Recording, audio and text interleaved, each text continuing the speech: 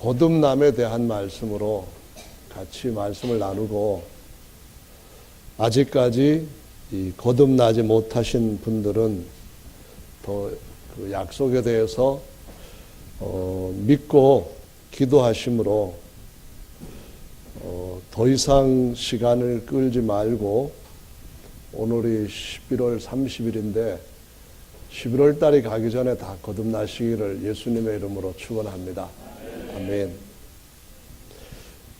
니고데모와 예수님과의 대화에서 가장 두드러지게 나타나는 것은 율법과 은혜와 진리에서 각각 주시는 주님의 그 은혜와 사랑을 발견하게 된다는 겁니다. 근데 율법을 알고 가르치는 니고데모도 하나님의 아들로 다시 태어나는 것에 대해서 충분히 알지를 못했습니다. 그 이유는 구약이 신약에 대한 또는 거듭남에 대한 그림자이긴 했지만은, 그 하나님의 아들로 태어난다고 하는 것이 얼마나 놀라운 것인지 만대로부터 오므로 감춰졌던 것입니다. 사람이 눈으로 보지도 못하고 귀로 듣지도 못하고 마음으로 상상조차 하지 못했던 그 일이 바로 오늘 예수께서 니고데모에게 말씀하신 것과 같이 거듭남에 대한 것입니다. 마태복음 13장에 보면은 예수님께서 창세로부터 오므로 감춰졌던 것이고 그때 비로소 드러내신다고 했는데, 귀가 있는 사람은 듣는다고 했습니다. 눈이 있는 사람은 비로소 본다고 했는데, 율법에 대해서는 잘 알고 있던 니고데모였지만 귀의 할례를 받지를 못했습니다.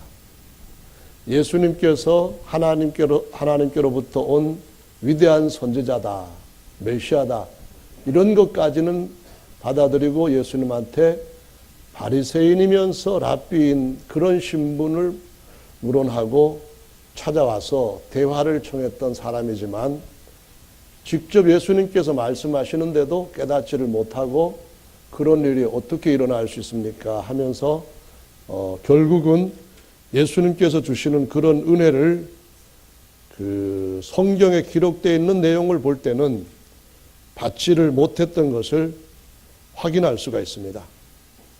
특히 요한복음 7장 말씀을 가보시면은 한번 같이 7장을 보시기 바랍니다.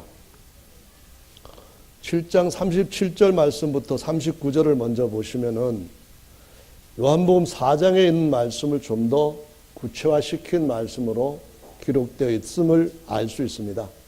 같이 읽어보시죠. 37절부터 명절 끝날 곧 큰 날에 예수께서 서서 외쳐 가라사대 누구든지 목마르거든 내게로 와서 마시라. 나를 믿는 자는 성경의 이름과 같이 그 배에서 생수의 강이 흘러나리라 하시니, 이는 그를 믿는 자의 받을 성령을 가리켜 말씀하신 것이라. 예수께서 아직 영광을 받지 못하신 고로 성령이 아직 저희에게 계시지 아니하시더라. 아멘. 요것은 초막절에 군중들이 다 모여 있는 때 하신 말씀입니다. 초막절은 유대인의 마지막 명절로서 가장 큰 명절입니다. 그 중에서 8일째 되는 명절은 최고의 날입니다. 원래 초막절을 8일 동안 지키는데 마지막 8일은 최고의 큰 명절로 지키는 것인데, 이스라엘 백성들 중에 한 명도 빠지면 안 되게 다 초막절을 지키도록 나와 있습니다. 그들에게 말씀하실 때는 그 배에서 생수의 강이 흘러나리라 라고 말씀하셨는데요. 요한복음 4장에서는 사마리아 여인 한 사람을 만나서 말씀하실 때 내가 주는 생수는 그 사람의 배에서 영생하도록 솟아나는 샘물이 되겠다라고 말씀하셨습니다. 그것은 한 사람에게는 샘물이지만은 이스라엘 전체 군중에게는 모여서 강물이 된다는 것이고요. 처음에 시작할 때 4장에서는 그것이 샘물이지만 그것이 마지막 7장으로 명절의 끝날에 대한 그 시기에서 볼 때는 에스겔 선지자가 환상을 보았던 것처럼 발목에 차던 생수가 허리에 차게 되고 점점 넘쳐 흘러서 헤엄을 쳐야만 건널 수 있는 강물이 될 것임을 보여주고 있습니다. 우리가 한 사람 모여서 하나님 앞에 은혜를 받는 것과 함께 은혜를 받는 것은 우리가 누릴 수 있는 은혜의 양이 달라집니다. 질은 똑같을지라도 120명이 성령을 받는 것과 1200명이 성령을 한꺼번에 받는 것은 그 느낌이 다릅니다.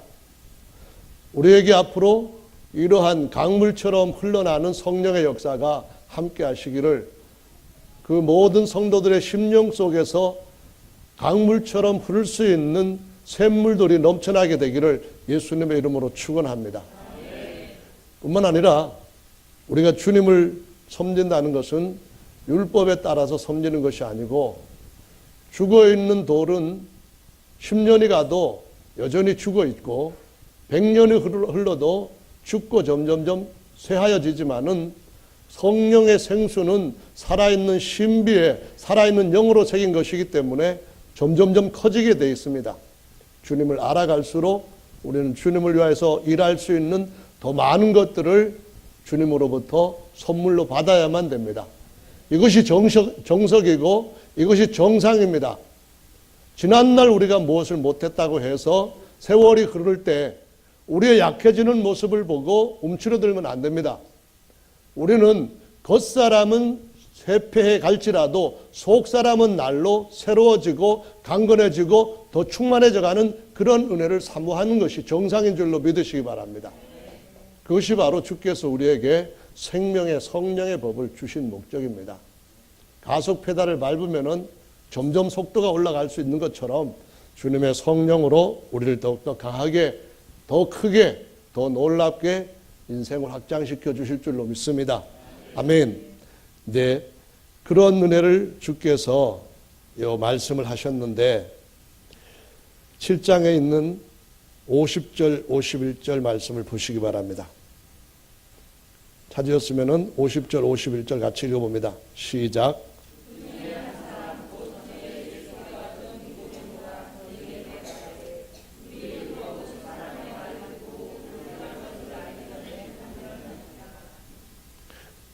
예수님에 대해서 호의적인 마음을 갖고 있었던 니고데모는 자기 동료들, 바리새인들이죠. 그리고 자기 동료들, 랍비들입니다. 예수 저 사람 죽여야 될 사람이다, 나쁜 사람이다 하고 비난할 때에 변론을 하기를 뭐라고 하는가 하면은, 우리 율법은 사람이 행하는 것이 어떤 것인지 보지도 않고 무조건 그냥 찍느냐? 그건 아니지 않느냐? 율법에 어긋났는지 어긋나지 않는지 율법에 맞춰보고 정죄하든가, 아니 이 사람 괜찮다 그렇게 판결하는 것이 정상이 아니냐, 이런 얘기를 합니다.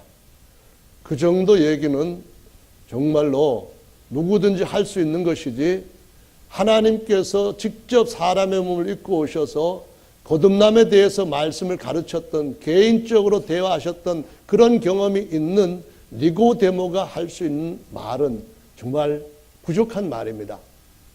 왜 그런 말을 할까요? 귀에 할례를 받지 못했기 때문에 그렇습니다. 사람이 착하다 할지라도 귀에 가죽이 덮이면 들리질 않습니다. 사람이 아무리 선하다고 스스로를 법 없이 산다고 할지라도 하나님의 성령의 법을 받기 위해서는 반드시 귀에 덮여있는 가죽이 벗겨져야만 되는 줄로 믿으시기 바랍니다. 하나님의 말씀을 들을 때에 그 어떤 말씀이든지 간에 정말 아멘으로 마음속에 이렇게 느껴지고 받아들여지고 여기에서 뭔가 움직일 때에 그때부터 성령께서 우리 가운데 우리의 신비에 새기려고 하는 역사가 일어나는 줄로 믿으시기 바랍니다. 이거 정말로 중요한 거거든요. 요한복음 또 한번 20장으로 가보겠습니다. 20장 38절과 39절 말씀을 읽겠습니다. 자, 찾으셨으면 38절과 40절, 39절입니다. 40절 아니라 읽어보겠습니다. 시작. 요한복음 20장 아니라 19장입니다. 죄송합니다. 시작.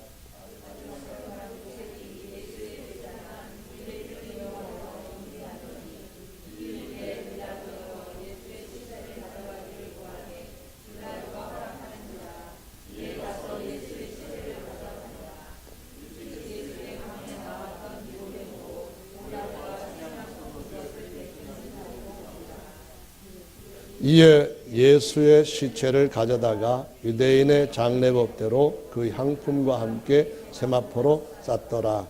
아멘. 니고데모가 요한복음에 3번 나오는데 마지막 나오는 모습이고요.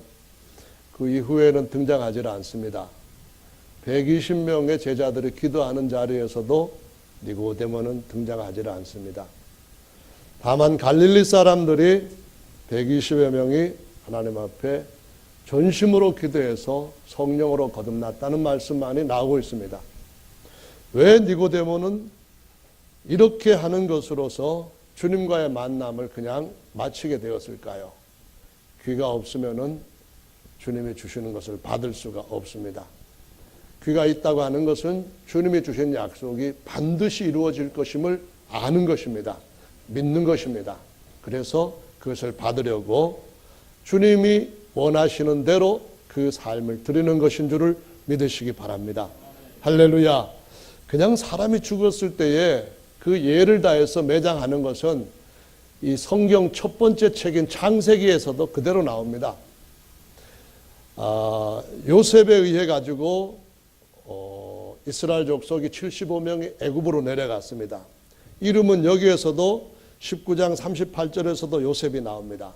바로 그 이름은 같은 요셉입니다. 그의 아버지가 돌아가셨을 때에 그 아버지를 그렇게 장례했습니다. 예수님 돌아가실 때 장례한 것보다도 성대하게 장례를 했습니다. 그리고 요셉이 실제로 죽었을 때도 그와 같은 방식으로 장례를 했습니다. 창세기 때나 예수께서 오셔서 새로운 창조를 하실 때나 사람들의 귀가 달라지지 않으면 얻는 것도 다를 바가 없는 줄로 믿으시기 바랍니다. 우리는 항상 주님 앞에 귀 있는 자는 성령이 하시는 말씀을 들을지어다라고 말씀하신 것처럼 성령께서 하시는 음성을 들을 수 있는 사람은 이 시대에 그 자신의 생애에서 하나님 앞에 정말 크고 놀라운 꿈을 이룰 수 있는 그런 진짜 요셉과 같은 사람이 될 줄로, 신약의 요셉과 같은 사람이 될 줄로 믿습니다. 할렐루야. 아멘. 예수께서 거듭남이라고 하신 이 말씀, 새로운 신분은 정말 놀라운 것이라는 것을 다시 한번 상기시켜 드린 것입니다. 그냥 오순절교회니까 거듭난다 그런 것이 아니라 이 거듭남이라고 하는 것은 너무너무 놀라운 것입니다. 정말 놀랍고 귀하고 복된 것이기 때문에 이거 우리의 삶 가운데서 어떤 값비싼 것보다도 훨씬 더 값지다고 하는 것을 알아야만 됩니다. 귀가 있으면 알게 됩니다. 아멘. 할렐루야. 성령 받는다고 하는 것은 다름 아니라 하나님의 아들로 하나님의 후사가 된다, 그런 의미가 되는데요. 하나님의 후사가 된다고 하는 말은 하나님의 씨가 된다, 그런 말씀과도 똑같은 것입니다. 하나님께서 그 얼마나 놀라운 분인지를 여러분들이 먼저 생각해야 될 것은 그분의 이름에서부터 계시를 받는 겁니다. 내가 스스로 있는 자다. 그래서 있는 자라고 하는 이름으로 모세에게 계시하셨을 때에 그 말씀을 듣고 있는 모세에게는 그의 백성들이 정말 깜깜한 종살이에서 400년 동안 신음하던 시대였습니다. 그 자신도 80세가 되어서 아무런 소망이 없는 그런 때였습니다. 왜냐하면 모세가 고백한 시편 90편의 말씀에 보면은 80세면 이제 자기 인생이 1년도 안 남고 끝난 때라는 것을 보여주는 그런 참담한 시기였거든요. 그런데 내가 있다라는 예흐웨라고 하는, 야훼라고 하는 그 이름을 계시하셨을 때는 아무것도 없어도 나는 있게 한 것이다. 이 모든 것이 바로 다 내게서부터 나온 것이다. 내가 여기를 다 만들어냈다. 이 말씀을 하시는 것입니다. 할렐루야. 하나님께서 그 이름을 주시고 그 이름을 알려주시고 이스라엘 백성들을 끌어내셨지 않습니까? 그렇게 하신 그 하나님께서 그 만들어진 모든 것들이 다 하나님 안에서부터 나왔는데 이 모든 만유보다도 하나님은 더 크시다는 것을 알려주시는 겁니다. 그 하나님이 그런 것들을 영원토록 수천억 번도 해야 될 수 없을 만큼 많이 여러 번 만드실 수 있는 그러한 근본이시라는 것을 말씀하시고 있는 겁니다. 근데 그분의 씨앗이 된다면은 그분의 충만함을 그의 안에 받은 것입니다. 예수 기도는 하나님의 신성의 충만함을 갖고 계시던 육체로 우리 가운데 계셨습니다. 그 말은 하나님의 계획 모든 것들이 있는데 우리 핸드폰에다가 스마트폰에다가 다운받는 것과 같습니다. 우리 노트북에다가 다운받는 것 같습니다. 하나님의 충만함은 정말로 헤아릴 수 없을 만큼 많습니다. 그런데 우리가 그것을 다 다운받을 수 있는 방법이 있습니다. 그것이 바로 예수 그리스도는 하나님의 모든 충만함을 갖고 있는 하나님의 독생자, 하나님의 유일한 씨라는 말씀입니다. 그 씨를 우리가 우리 안에 성령으로 영접하고 거듭남을 통해 가지고 하나님의 모든 충만이 너희도 충만해졌다는 이 골로새서 2장 9절 10절 말씀이 이루어지는 아주 놀라운 기적의 현장입니다. 기적 중의 기적입니다. 최고의 기적입니다. 하나님 전능하신 분만 모든 것을 가지고 계시는 만유의 주님만이 하실 수 있는 최고의 기적입니다. 이것이 바로 거듭남의 그 역사라는 것을 우리 모두가 이해해야만 됩니다. 우리 안에 찾아오신 하나님, 우리 안에서 영원히 쉬시면서 내가 이제 쉬니까 내가 쉬는 대신 내가 나의 모든 일을 계속해라. 후사가 되어라. 내 모든 것을 너에게 주었으니까 너는 내 후사가 되어서 내 모든 일들을 영원토록 이어가라. 이것이 바로 하나님의 아들로 다시 태어나는 최고의 기적이라는 사실 기억하시기 바랍니다. 하나님이 아시는 전지자의 최고의 구상, 하나님만이 하실 수 있는 전능자의 최고의 기적이 바로 성령으로 거듭나는 이 역사의 기적인 줄로 믿으시기 바랍니다. 비교할 수 없는 겁니다. 그냥 거듭날 때는 우리 알지 못하고 그냥 뭐 이렇게 거듭났다 할지라도 이제 어느 정도 신앙이 자랐다고 한다면, 지식이 자랐다고 한다면 주님으로부터 다시 태어난 이 은혜와 복이 얼마나 큰 것인지를 아시는 저와 여러분들 되시기 바랍니다. 아기가 태어났을 때 아기가 엄마, 아빠 이거 몰라도 우리는 다 좋아합니다. 그냥 아유 닮은 게 나를 닮았으니까 좀 더 잘생겼으면 좋겠지만은 못생겼어도 나를 닮으니까 얼마나 기쁜지. 그냥 아까 누가 얘기하셨던 것처럼 똥 싸는 것도 기쁘고 안 싸는 것은 오히려 더 불안하고, 정말 주님께서 우리를 자기 아들로 낳으셔서 그 어린 시절에는 거듭남이 뭐 어쩐지를 잘 몰랐다 할지라도 성장해 가는 과정에서 변화는 반드시 와야만 됩니다. 근데 그것을 무조건 모든 사람들은 거듭날 때에 무지한 상태에서 이렇게 하는 것이 거듭나는 것이니까 그냥 그래라, 그거 꼭 그렇게 거듭나야 된다는 건 아닙니다. 거듭나기 전에 누군가 이것을 가르쳐 주셨다고 한다면은 들을 수 있는 귀가 있을 때에 그걸 담아야만 됩니다. 마치 잉태하는 씨앗처럼 그것이 어느 순간인가 탄생하는 그 아름다운 소리를 바라는 순간을 보게 되는 것처럼 주님께서 우리에게 주시는 이 말씀의 씨를 담고 믿음으로 주님 앞에 나가면은 반드시 거듭나는 이 놀라운 복을 받게 될 줄로 믿으시기 바랍니다. 성령으로 나는 것, 아버지 하나님으로부터 태어나는 것이고요, 아들의 신분을 얻는 것이고요, 사망을 영원히 이긴 왕으로서의 등극을 말합니다. 할렐루야! 죄와 사망을 영원히 이길 뿐만 아니라 모든 것들을 발 아래 두는 만유의 위에서부터 나는 새로운 출생, 이런 것이 바로 요한복음 3장에 기록되어 있는 놀라운 말씀입니다. 이 약속을 우리 모든 분들이 더 잘 이해하고 다른 분들한테 이 약속이 얼마나 소중하고 얼마나 값지고 얼마나 놀라운 것인지를 그들한테 알리고 이 땅에 더 많은 하나님의 아들들이 우리들을 통하여서 탄생하는 이런 즐거움을 우리 모든 교회가 누리게 되도록 우리 주님 앞에 믿음으로 사십시다. 할렐루야. 아멘. 예수께서 그래서 우리를 보시고 형제라고 부르기를 부끄러워 안 하신답니다. 하나님께서 우리가 아바 부를 때에 하나님께서 그래 내가 여기 있다고 응답하시겠다고 말씀하십니다. 하나님께서 아들의 영을 우리 가운데 부어주심으로 아버지라 부르짖느니라 이 말씀하시고, 아들이면 후사 곧 그리스도 예수와 함께하는 하나님의 후사라고 말씀합니다. 하나님의 후사란 말씀을 쓰는 이유는 그 뒤부터 하나님이 우리에게 무엇인가를 물려주시는 그때 우리의 육체가 우리 육체를 벗어나게 되고 하나님의 영광의 아들의 형상으로 변케되는 바로 그 시점부터 하나님은 하나님의 그 모든 것들을 우리에게 주시고 하나님의 그 모든 권세와 능력으로 역사하는 일을 우리에게 맡기신다는 것을 의미합니다. 우리 속에서 영원히 하나님은 참 내가 아들 잘 뒀다 이렇게 생각하시면서 쉬신다는 것을 의미합니다. 나는 그저 내 아들 된, 나는 그저 내 성전 된, 나는 그저 내 형상된 이 아들을 통하여 나의 모든 것들이 모든 피조물 앞에 영원토록 나타나게 하는 것으로 만족하다. 내가 전능하신 하나님으로서, 내가 전지하신 하나님으로서 이런 아들을 얻기를 구상했고 이런 아들을 얻은 이상 나에게 더 이상 뭔가 더 얻기 위해서 일할 수 있는 그런 여지는 전혀 없다. 영원히 나는 아들 안에서 만족하고 쉰다. 이것이 바로 하나님의 아들로 하나님이 우리를 낳으신 목적인 줄로 믿으시기 바랍니다. 이걸 다른 말로 말하면은 물과 성령으로 거듭났다는 말을 진리의 말씀으로 낳았다 이런 표현을 씁니다.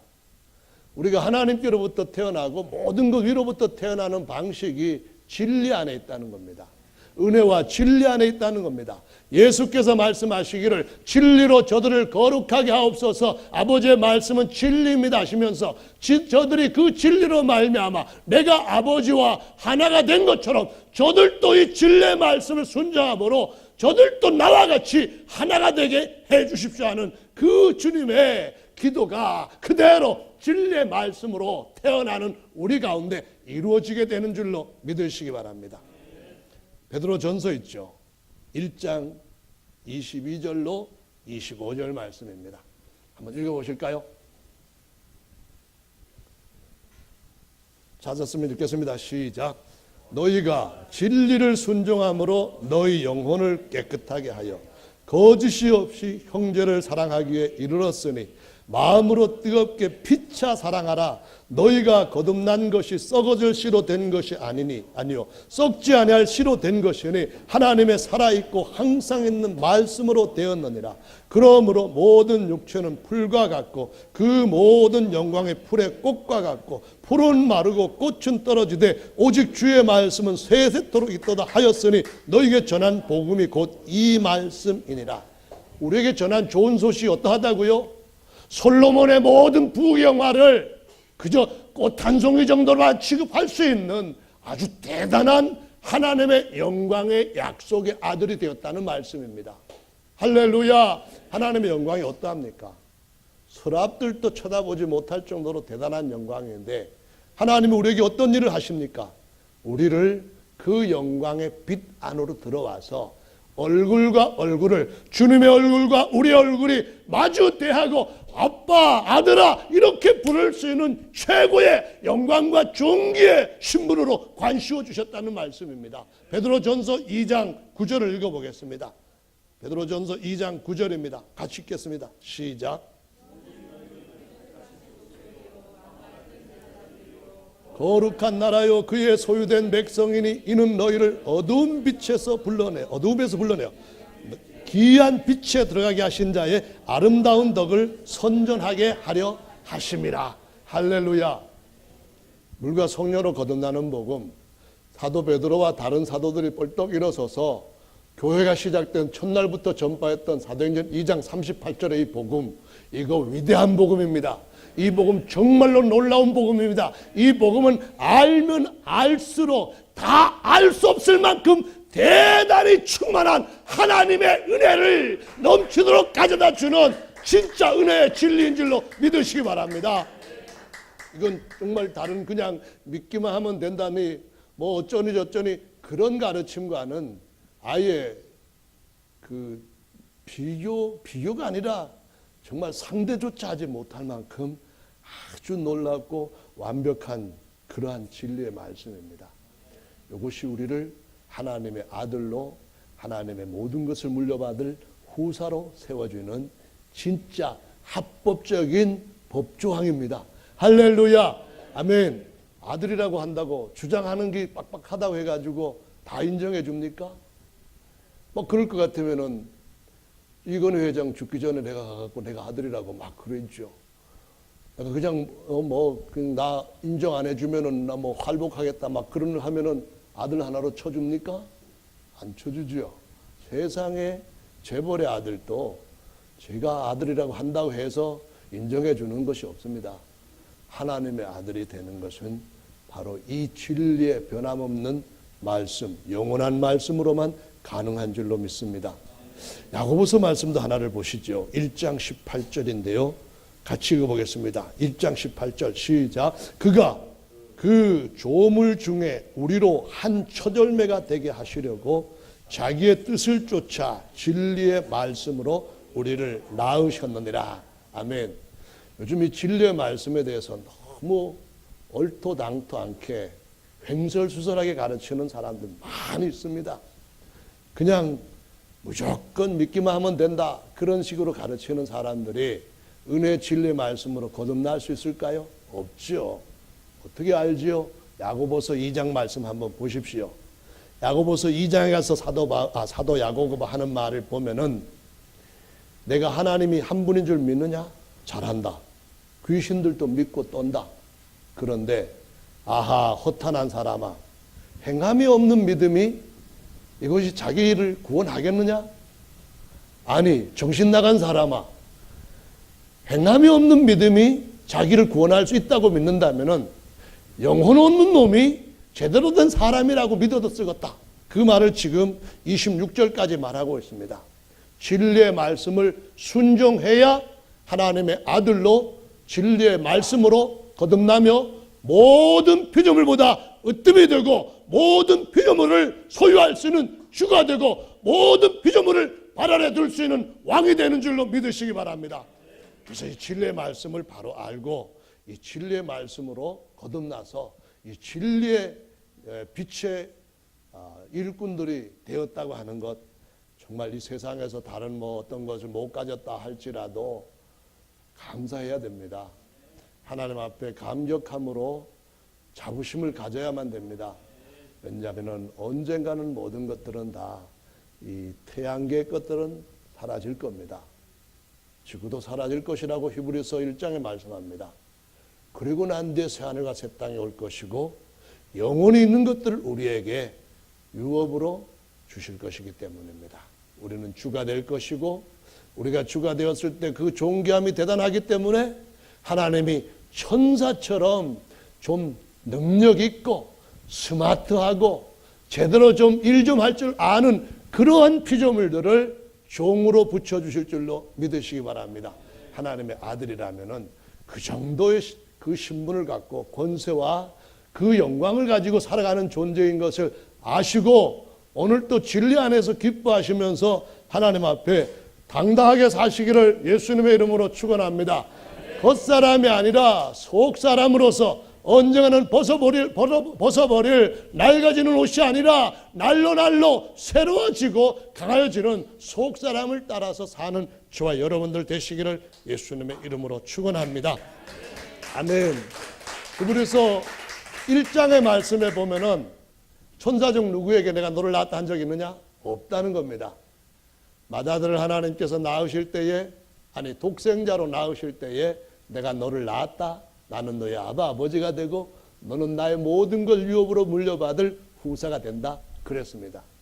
어찌 그 독생자에게만 한 말씀입니까? 바로 이어지는 6절 말씀에서는 맏아들을 세상에 다시 들어오게 하실 때에 모든 천사들이 맏아들과 많은 아들들한테 경배하며 그들 안에 계시는 하나님을 찬양할 것이라고 말씀합니다. 맏아들이 많은 아들과 함께 이 세상에 재림하실 때에 그때의 천사들은 부리는 일꾼으로 바람 정도, 저기 에어컨에서 나오고 온풍기에서 나오는 바람 정도, 불꽃 정도, 그 정도로만 사용하는 것이 하나님의 아들들이 갖는 천사들에 대한 권세와 능력이라고 말씀하십니다. 그러니까 여러분 좀 당당하게 사시면서 거듭남이 어떤 것인지를 더욱 뜨겁게 사모하시기를 예수님의 이름으로 축원합니다. 아멘. 그 다음에 2장을 가서 보십시오. 히브리서 2장 이번에는 10절 11절입니다. 읽어보겠습니다. 시작.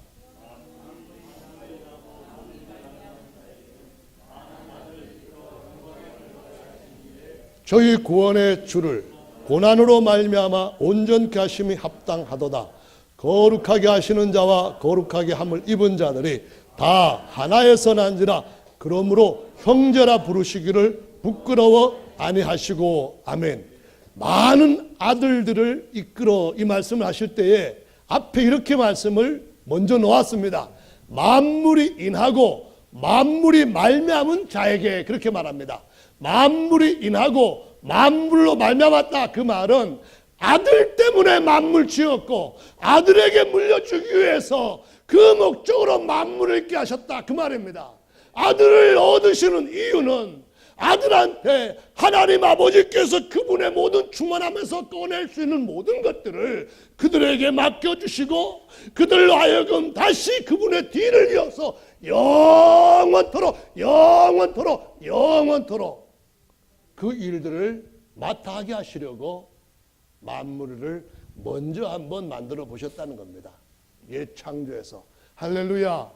한번 생각해 보십시오. 영혼이라고 하는 것은 시간의 끝이 없는 그런 개념이어야 합니다. 우리가 무언가를 다스리는 일을 한다면은 이미 먼저 창조된 것들은 어느 시점에 가서는 채우는 그 마지막 부분에서는 딱 차게 됩니다. 그러면은 뭘 합니까?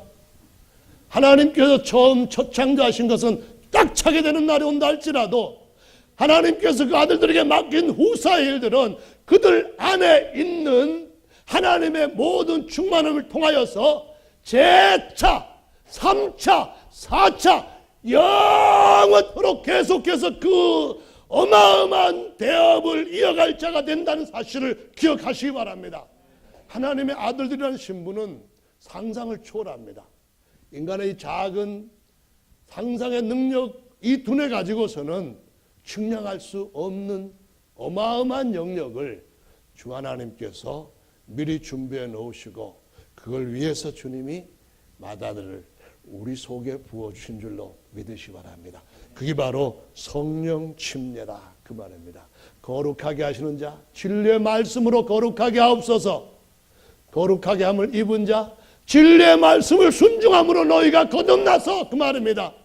진리의 말씀을 순종한 자들에게 어떻게 합니까? 내게 주신 영광을 내가 저들에게도 주었습니다. 할렐루야. 진리의 말씀을 순종한 자들에게 어떻게 합니까? 내가 아버지와 하나 된 것처럼 저들도 우리 안에서 우리와 같이 하나 되게 해 주십시오. 그 말씀을 하시는 겁니다.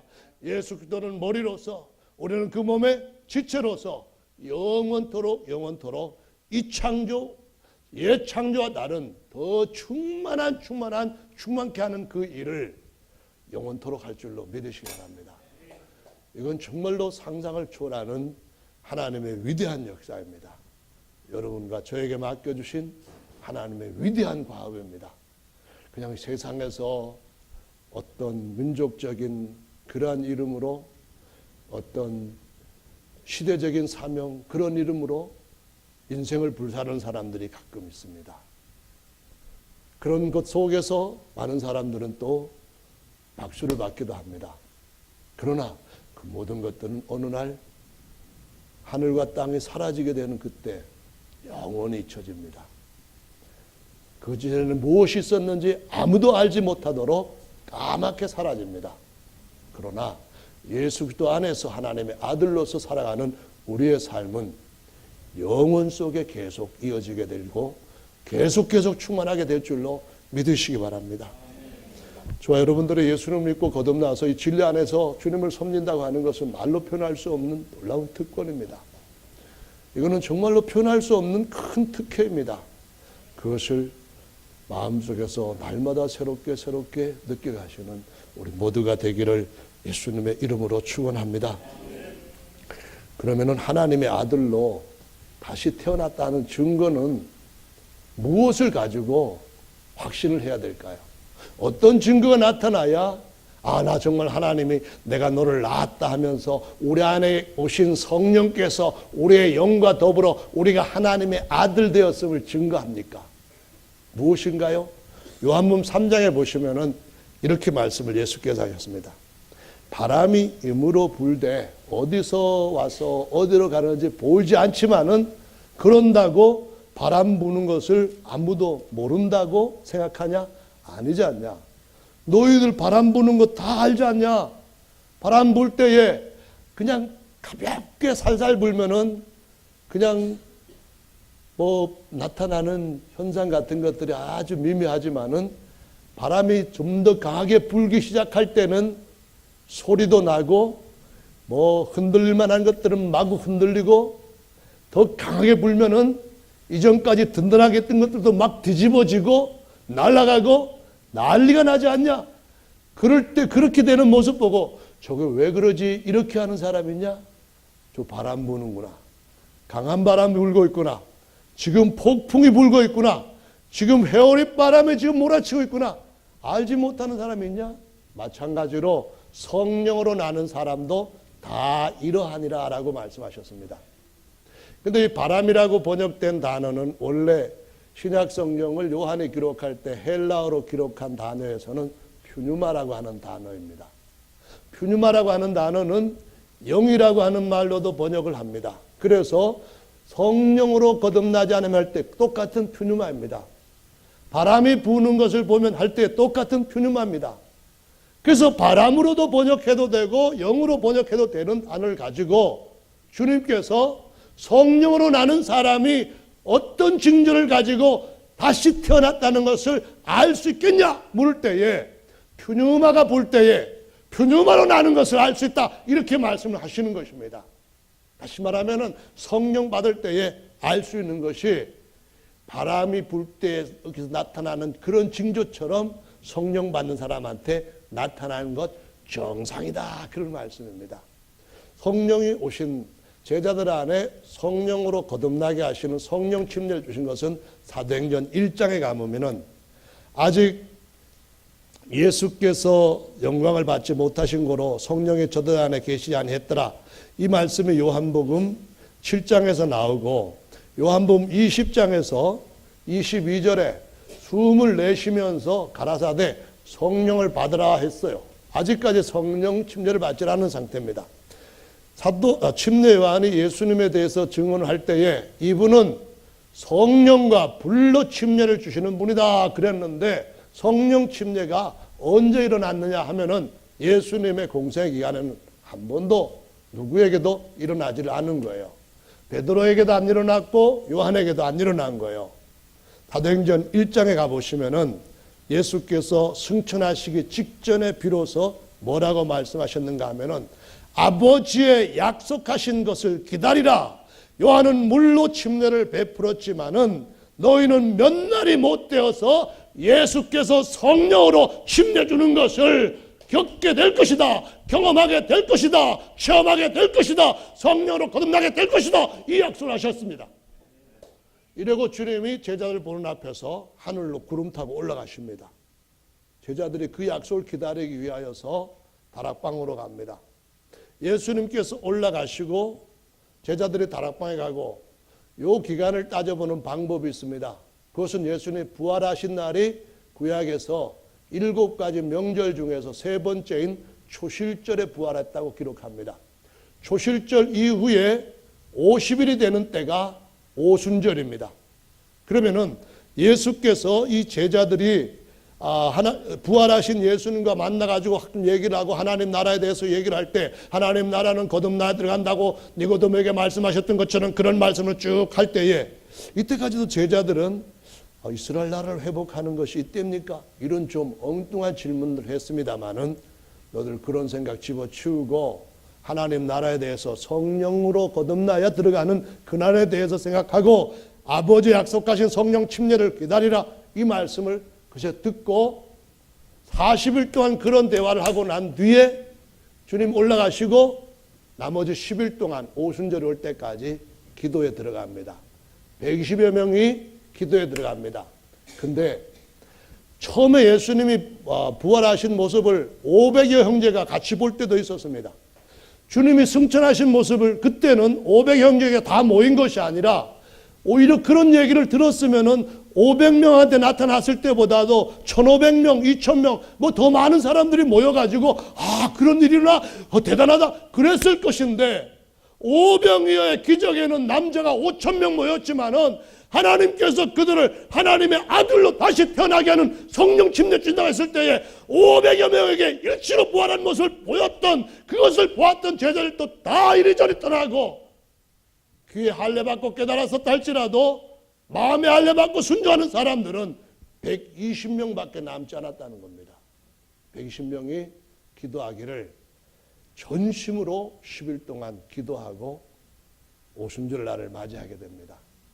10일 동안 전심으로 기도한다고 할 때에 이 시대의 성령에서 기도하는 사람들의 기도의 모습은 욥기가 아니라 창세기 32장에서 야곱의 이름을 이스라엘로 바꿔주시는 변화를 받는 그와 같은 기도입니다.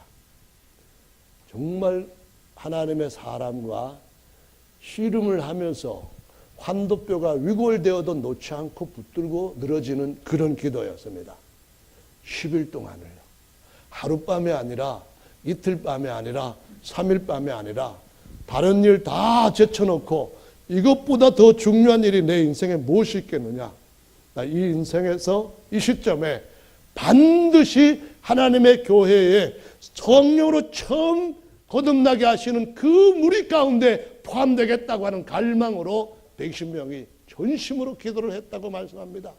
오순절 날이 이미 이름에 성령이 그들한테 임하기 시작하는데 처음에는 바람 소리가 120명이 모여있는 그 방 안에 막 쌩쌩하게 들립니다.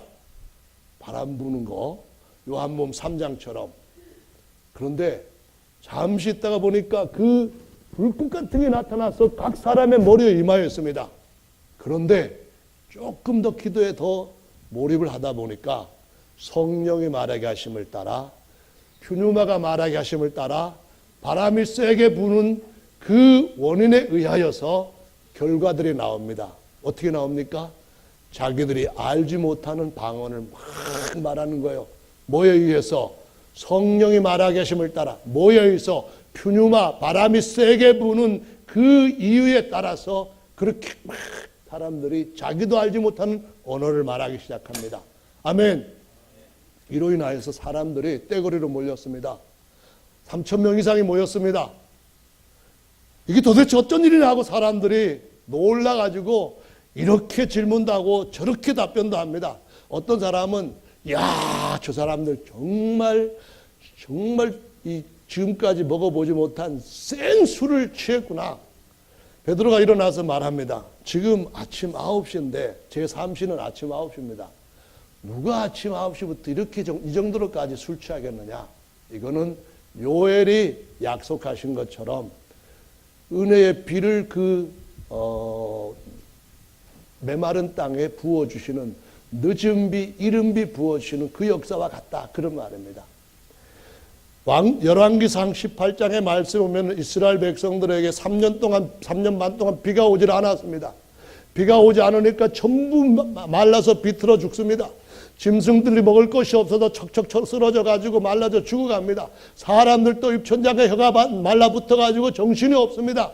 그럴 때 엘리야가 비를 주시옵소서, 비를 주시옵소서, 약속하신 대로 비를 이 땅에 내려 주시옵소서 간절히 기도했을 때에 7번째 산에 올라가 봤더니 요만한 구름 기둥이 보이기 시작했습니다.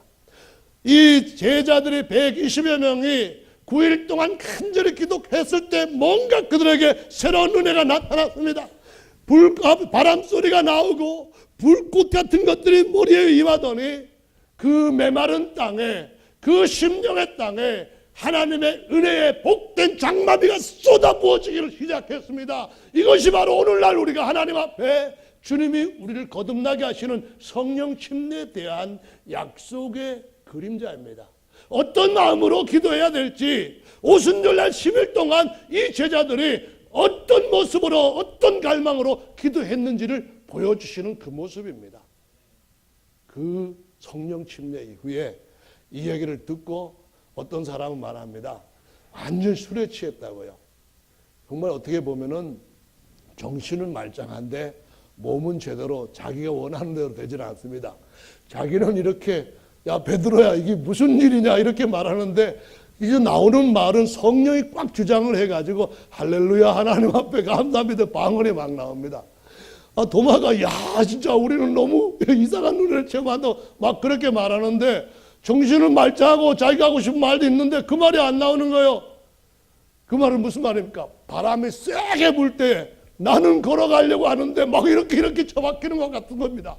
나는 이렇게 하면 안 되는데 그런 생각이 있을 때도 그 바람의 너무나 강한 능력이 그 사람을 완전히 휘어잡는 것과 같은 것입니다.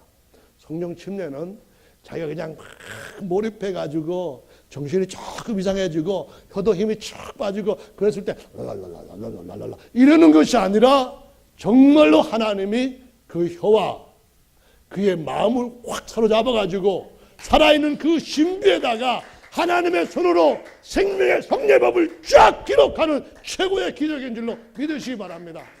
할렐루야. 이건 정말 너무나 놀라운 하나님의 약속이고 이것이 하나님이 구상하신 교회의 출발입니다.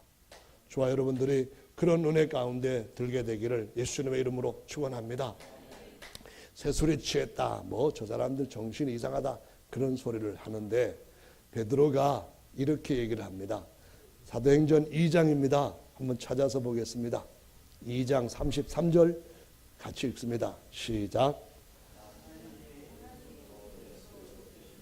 그가 약속하신 성령을 아버지께 받아서 너희 보고 듣는 이것을 부어주셨느니라. 오른손을 높였다는 말은 우편을 높였다는 말과 똑같은 단어입니다. 번역만 다르게 해요. 문맥이 어떠냐에 따라 가지고 오른손으로 높였다, 우편에 높였다 이렇게 다르게 나오는데요. 그 뒤에 보시면은 35절에 우편에 앉았으라 이 말씀을 인용을 했습니다. 다른 말로는 너는 내 오른손으로 높이겠다. 그런 의미가 똑같은 건데요.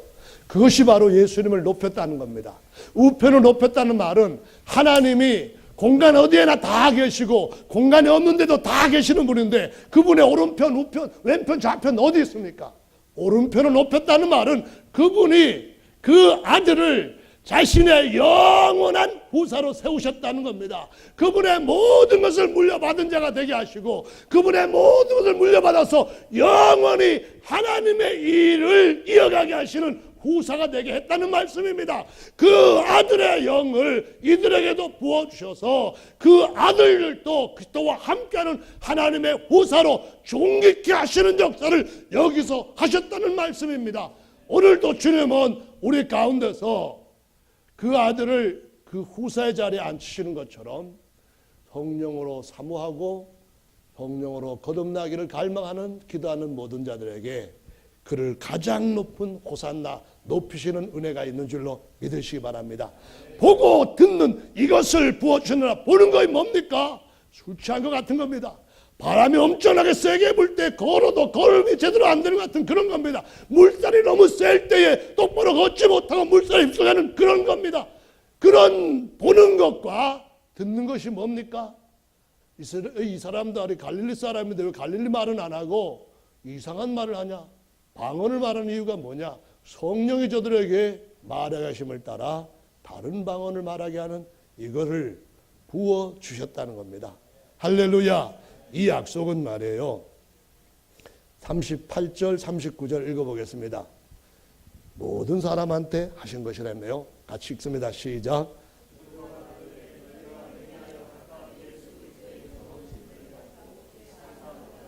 그리하면 성령을 선물로 받으리니 이 약속은 너희와 너희 자녀와 모든 먼데 사람 곧 주 우리 하나님이 얼마든지 부르시는 자들에게 하신 것이라 하고 할렐루야. 보십시오. 베드로는 침례받고 죄사함 받으라. 이거는 땅의 일에 아주 가벼운 일이라고 말합니다. 물론 구약에서는 어떤 제사도 죄를 없이 하지 못했습니다. 구약의 입장에서 볼 때는 니고데모 입장에서 볼 때는 물러나는 것이 죄 사함을 받는 땅에서 최고의 일. 아담이 아름답고 영광스럽고 존귀하게 지음을 받았다가 땅에 죄 때문에 아주 왕창 떨어졌다가 원위시켜 놓는 것만으로도 병들고 죽어가는 그 자리에서부터 원래 죽지 않는 자리로 올려놓은 것만으로도 대단한데 그것이 지금 중요한 것이 아니라는 겁니다. 지금 이들이 10일 동안 기도하고 나온 결론은 이겁니다. 아버지의 약속한 것을 기다리라. 그 선물을 기다리라. 그 최고의 은사를 기다리라. 하나님의 아들이 되는 이 위대한 하나님의 역사를 체험하라. 그러기 때문에 뒤에 뭐라고 말합니까? 그리하면 이거 해라. 그리하면 결론적으로 하나님이 주시는 최고의 것은 성령으로 선물을 받을 것이다, 이 말씀입니다. 선물은 그분이 우리에게 주시고자 싶어하는 최고의 갈망입니다. 성령은 우리가 주님 앞에 받을 수 있는 최고의 은혜의 선물인 줄로 믿으시기 바랍니다. 구하는 자에게 성령을 선물로 주시지 않겠냐고 누가복음에 말씀하신 것처럼 우리가 하나님으로부터 성령을 받을 때에 너는 내 아들이라. 내가 오늘 너를 낳았도다. 너는 나의 아들이 되고 나는 너의 아버지가 되고 내가 너를 양육하여 내 모든 것을 영원히 물려줄 후사로 키우겠노라. 그런 기쁨을 아버지께 드리는 것입니다. 성령 침례는 우리가 이전에는 가난한 농부의 아들, 이전에는 도둑놈의 아들일 수도 있고요, 이제는 정말로 부자 아들일 수도 있었고요, 이제는 뭐 저런저런 해봤자 그래 봐야 죄의 종 신분밖에 안 되었던 우리들을 하나님의 아들로, 그 신분을 천사들보다도 월등한 자들로 세워놓으시는 최고의 기적인 줄 믿으시기 바랍니다. 전능자만이 하실 수 있는 최고의 역사, 오늘도 성령 침례의 그 은혜로 참여하는 그런 분들이 있게 되시기를 예수님의 이름으로 축원합니다. 앞으로 나오셔서 함께 기도하겠습니다.